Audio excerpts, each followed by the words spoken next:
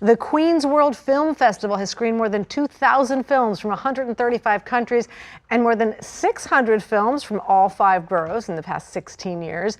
This November, Queens World will host a film and arts festival to celebrate core freedoms of the First Amendment. There will be a slate of performances as well as short films.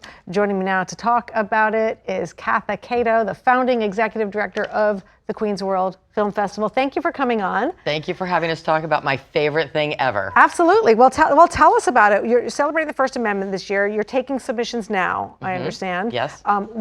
Why home in on that as a topic? I have interviewed about 1,000 people to tell me how many freedoms are involved in the First Amendment, and 2 got it correct.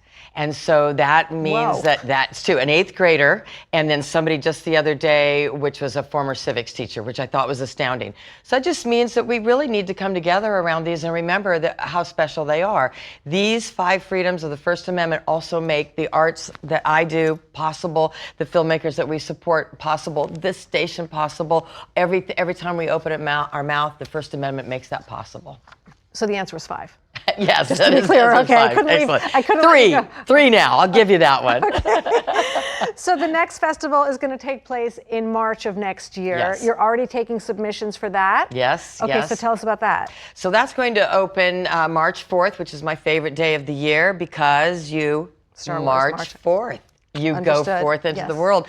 And so a film festival such as ours, based in Queens, where there's 158 languages spoken, celebrating films from all over the world, especially films from the 5 boroughs, it's just exciting every year to walk onto the Museum of the Moving Image. And sometimes I get a little teary and I cry because of the voices and the people and what it means to them to have their work seen in that beautiful space. Yeah. March 4th is such a great double entendre for so many things. I was thinking when you said it, May 4th, May the 4th, Star May Wars. The 4th, but that's a whole other festival. That's okay. Say. We'll do one. So you've got internships that you're providing as well. Tell us about those. So we call them festival associates. They have a title immediately, and the first thing they have to work on is they have to work on something called the listening tour. They have to produce a segment of the listening tour. They have to find somebody to come in, and we will interview them about hope and resilience. They get to meet other festival associates. It's the first thing that they do. Then we start to really learn about them. We learn how do they touch a camera. More importantly, how do they put it down, which is very telling. How do they feel about being on time? What does finished mean? So these festival associates, then we get to know them by doing the listening tour, and then we know exactly where to put them in the festival. Some of them are hosts, some of them are marketing. We're hoping that soon we'll find one that will be the next executive director. Oh, you may be stepping aside one of these days? I think we're going to go till 20.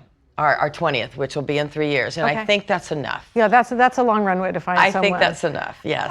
Tell me about this listening tour, though, because you've been speaking, they've been speaking to so many New Yorkers about resilience and hope. Yes.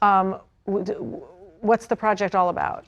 So in 2021, a group of neighborhood kids came over. We set up the camera and we said we're going to do a camera rotation.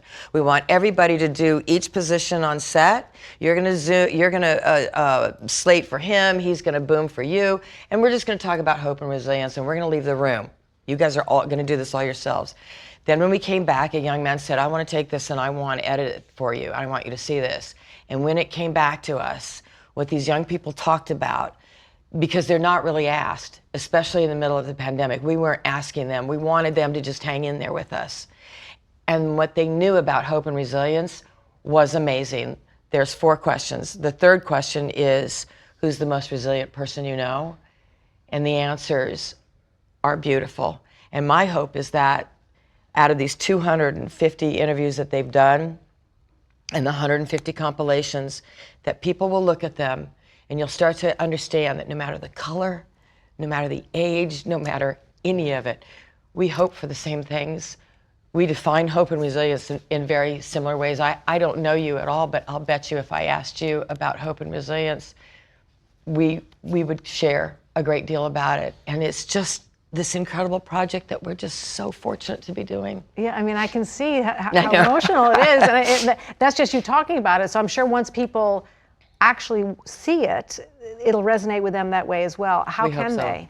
They can go to our website, queensworldfilmfestival.org, but also we're now with the Queen's Memory Project, and they're going to archive everything so that forever, when people wonder how did they get through the pandemic and how did they get through whatever this is right now that we are getting through, you're going to have documents that are going to tell you we kept a hold of our hope and we leaned on our resilience, and it didn't matter what color you were, and it didn't matter where you were from, it didn't matter what job you had.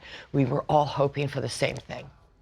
Just incredible. Katha Cato, the founding executive director of Queens World Film Festival. Thanks so much for coming on and talking with us about it. Thank you for giving me this opportunity. Absolutely.